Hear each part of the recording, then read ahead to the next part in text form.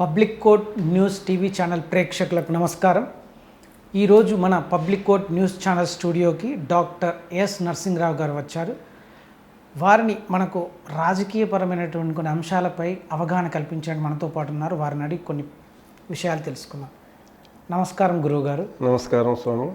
గురువుగారు, ఈ మధ్య డిజిటల్ మీడియాలో రాజకీయపరంగా చాలా వార్తలు వింటున్నాము. రిజర్వేషన్ రద్దు చేస్తామంటున్నారు. అంటే ఏ రిజర్వేషన్ను రద్దు చేయాలనుకుంటున్నారు? అంటే ఆ రిజర్వేషన్ రద్దు చేయడం వల్ల కలిగే పరిణామాల గురించి కూడా కొద్దిగా మా పబ్లిక్ కోర్ట్ న్యూస్ ప్రేక్షకులకు తెలియజేయండి.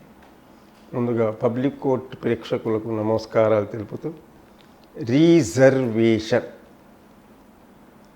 అనగా ఒక సీటు తీసుకున్న తర్వాత ఆ సీటు పైన నాకే అధికారం ఉంటుంది, అక్కడ వేరే వాడు వచ్చే అధికారం లేదు. ఎలాగైతే మనం ఇక్కడ నుంచి తిరుపతి వెళ్ళాలి. తిరుపతి వెళ్ళేటప్పుడు ఏం చేస్తామో ఆ సీటు బుక్ చేసుకుంటాం. ఆ సీటు బుక్ చేసిన తర్వాత మనం ఏనాడైతే వెళ్ళాలో ఆ సీటు పైన ఎక్కి వెళ్ళిపోతాం, హాయిగా వెళ్ళిపోతాం, తిరుపతి వెళ్ళి వచ్చేస్తాం. అలాగనే రిజర్వేషన్ అన్నటువంటి అంశానికి మనకు వెనుకబడినటువంటి కులాలకు సంబంధించినటువంటి వారు, బీద కులంలో ఉన్నటువంటి వారు, వారికి రిజర్వేషన్ కావాలన్నటువంటి ప్రతిపాదిత మనకు 1941, 42, 43 ప్రాంతంలో అలాగా పెట్టారు. అది వాస్తవం. అప్పుడు మనకు స్వామి వివేకానంద కానివ్వండి, రామకృష్ణ పరమహంస కానివ్వండి, సరే రామకృష్ణ పరమహంస, స్వామి వివేకానంద 150 సంవత్సరాలు, డాక్టర్ బాబాసాహెబ్ అంబేద్కర్ లాంటి మహాపురుషులు, వారు ఏమన్నారంటే, వెనుకబడినటువంటి వారు ఎవరైతే ఉన్నారో, దరిద్రో నారాయణో హరి అన్నారు. ఎవరైతే దరిద్రులుగా బ్రతుకుతున్నారో అలాంటి వారికి తప్పకుండా సహకారం చేయవలసినటువంటి రాజ్యాంగంలో పరిస్థితి ఉంది. కావున అలాంటి వారికి రాజ్యాంగపరంగా వాళ్లకు హక్కు ఇవ్వాలి అన్నటువంటి మన దాంట్లో పెట్టారు. అది వాస్తవం, పెట్టవలసింది. పెట్టిన తర్వాత అనేకమైనటువంటి మనము కుల ప్రాతిపదిక పైన తీసుకున్నట్లయితే అనేకమైనటువంటి వాళ్ళందరూ కూడా ఉన్నారు.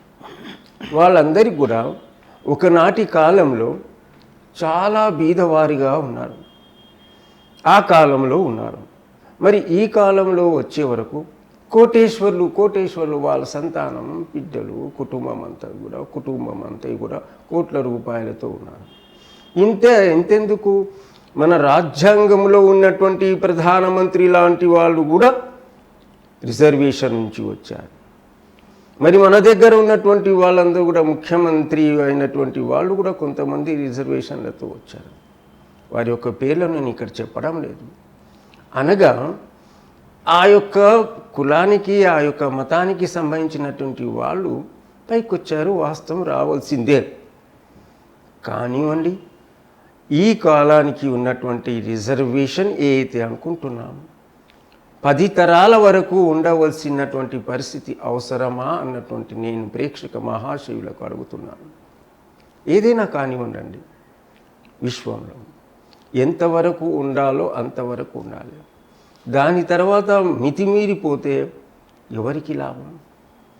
ఒక కుటుంబం పైకి వచ్చేసింది, అంతవరకు వాస్తవం కావాలి. మరి వేరే వాళ్ళ గురించి కూడా ఆలోచన చేయాలి కదా. వేరే వాళ్ళ గురించి, వచ్చినటువంటి వాళ్ళ గురించి కూడా మనం ఆలోచన చేయాలి కదా. కాదు, మీరు ఇక్కడే ఉండని, మేము మాత్రం పైకి వెళ్తూనే ఉంటాము అంటే కాదు.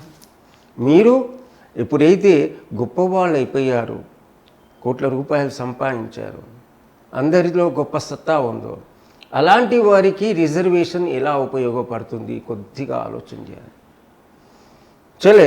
అలాంటి వారికి కూడా మనం ఉండాలన్నటువంటి లేదు కదా.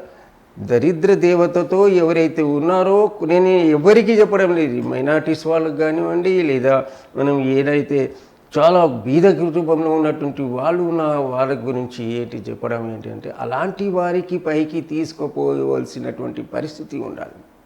ఇంకో విషయం అడుగుతున్నాను. అసలు పరమాత్ముడు భక్తుడు అన్నాము, రాత్రి పగలు అంటున్నాము. మన కాళ్ళకు 2 ఉన్నాయి, కాళ్ళు 2 ఉన్నాయి, చేతులు 2 ఉన్నాయి, కళ్ళు 2 ఉన్నాయి. మరి అనేకమైనటువంటి కులాలు ఏంటిది? ఇది కుల వ్యవస్థ ఎప్పుడు పోతుంది? కుల వ్యవస్థ ఏది కావాలంటే దరిద్రో నారాయణో హరి అన్నటువంటి ఈ బీదరీకముతో బాధపడున్నటువంటి వాళ్ళు ఎవరో ఉన్నారో అలాంటి వారికి పైకి తేవలసినటువంటి పరిస్థితి ఈనాడు దేశంలో ఏర్పడ్డది. ఎవరైతే ఉన్నత కులంలో ఉన్నారో, ఎవరైతే గొప్ప కోటేశ్వరులుగా ఉన్నారో అలాంటి వారికి అసలు రిజర్వేషన్ అన్నటువంటి కోట ఉండొద్దు కదా. ఆల్రెడీ వారు కింది తిరిగి నుంచి పైకి వచ్చేసారు. మరి వాళ్ళ గురించి ఎంతవరకు పెడతారు? వాళ్ళ సంతానం వరకు పెడతారా? No, wrong. ఇది మార్చవలసినటువంటి పరిస్థితి ఏంటంటే 2 ఉండాలి, 2 కులాలు ఉండాలి. స్త్రీ పురుషుడు ఎలాగైతే 2 కులాలు ఉన్నాయో, రాత్రి పగలు ఎలాగైతే ఉన్నాయో, ఉన్నత వర్గం బీద వర్గం. బీద వర్గంలో ఎవరైతే ఉన్నారో అలాంటి వారికి చూసి ఈ యొక్క కుల వ్యవస్థను తీసివేసి అలాంటి వారికి రిజర్వేషన్ పెట్టవలసినటువంటి వాళ్ళు ఉంది. బ్రాహ్మణ కులంలో దరిద్రులు లేరా? లేదా ఇంకా దిగజారిపోయినటువంటి వాళ్ళలో ఆదివాసులు దాంట్లో దరిద్రులు లేరా? ఉన్నారు. ఉన్నత వర్గంలో ఉన్నారు, ఉన్నత కులంలో ఉన్నారు, బీద వర్గంలో అంటే దిగజారిపోయినటువంటి వాళ్ళు అనామికులు కూడా ఉన్నారు. అలాంటి వారికి మనం చూసి రాజ్యాంగంలో ఇదే తేవాలి. ఎవరైతే వెనుకబడినటువంటి చాలా హీనమైనటువంటి వాళ్ళు ఉన్నారు వారికి చేయాలి. చిన్న ఉదాహరణ చెప్తానండి. మొన్న ప్రభుత్వం ఏం చేశారంటే రైతు బంధు, ఆ బంధు, ఈ బంధు ఇచ్చారు. వాస్తవం. ఒకవేళ స్వచ్ఛమైనటువంటి రైతుకు ఎక్కడ బంధు దొరికిందండి? రైతు బంధు ఇప్పుడు 50 ఎకరాల భూమి నా అవుతుంది. వాస్తవం. ఆ 50 ఎకరాల భూమి నేను అసలు నాటుతానండి? ఒక్కసారి కొద్దిగా ఆలోచన చేయండి. 50 ఎకరాల భూమి ఉన్నటువంటి వారికి మీరు రైతు బంధు ఇచ్చారు. అదే 1 ఎకరం 2 అంటే కష్టపడినటువంటి రైతుకు మాత్రం డబ్బులు ఇవ్వలేదు. 50 ఎకరాలు 100 ఎకరాలు ఉన్నటువంటి వారికి మీ రైతు బంధు ఇచ్చారు. ఎలాంటి వారు పైకి వచ్చారండి? ఎలాంటి వారు వాళ్ళ కుటుంబానికి నడిపించుకుంటున్నారండి? ఒక్కసారి ఆలోచన చేశారు. ఆ బంధు ఈ బంధు చేసి ఎక్కడ దేశాన్ని నడుపుతారండి? ఒక్కటి నేర్పించాలండి.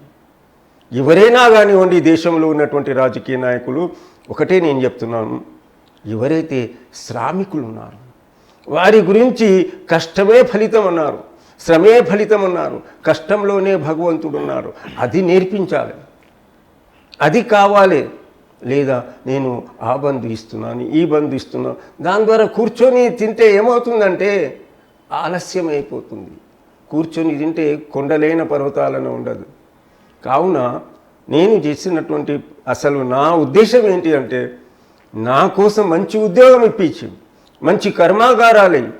అయ్యా చూడు, నీకు ఉద్యోగం దొరికింది, 50,000 జీతం అంటే 20,000 జీతం, నీ యొక్క కష్టపడి నీ భార్యా పిల్లలను పోషించుకో అన్నటువంటి అది నేర్పియాలి. కానీ ఆ బంధు ఈ బంధు అది ఇది అన్నట్టు సోమరి పోతులను చేస్తున్నారు మన యొక్క రాజకీయం. ఓట్ల కోసం ఏం చేస్తున్నారు? సోమరి పోతులు కాదు, దేశం యొక్క రక్షణ కోసం దేశం యొక్క పాటుపడి నాయకులుగా రైతులుగా తీర్చిదిద్దినటువంటి వారే అసలైనటువంటి రాజకీయ నాయకులు. వారికి ఉద్యోగం కల్పించడం, వారికి నా దేశం కోసం, నా భరతమాత కోసం ఎవరైతే ఇలాంటి బోధన చేస్తారో అదే రాజకీయ నాయకులు. రాజకీయ నాయకులు అంటే ఏంటిదండి? రాజకీయం అంటే ఎవరైతే అమాయకులు ఉన్నారో, ఎవరైతే చాలా వెనుకబడినటువంటి వాళ్లకు మార్గాన్ని చూపించినటువంటి వాళ్లకు రాజకీయ నాయకులు అంటారు. ఇది వేదాల కాలం నుంచి వచ్చినటువంటిది. తన స్వార్థం గురించి కాదు, ప్రజల కోసం, పబ్లిక్ కోసం జీవించి వారి బాగోగులను చూయించుకున్నటువంటి వాడు రాజకీయ నాయకులు అన్నటువంటి వేదాల కాలంలో శాస్త్రజ్ఞులు రాజకీయ నాయకులు ఇలా ఉన్నారు. తాను తింటూ తాను సంపాదన చేసుకుంటూ ఇతరులకు సహకారం చేసినటువంటి వారే రాజకీయ నాయకులు. అది జరుగుతుంది నేడు భారతదేశంలో.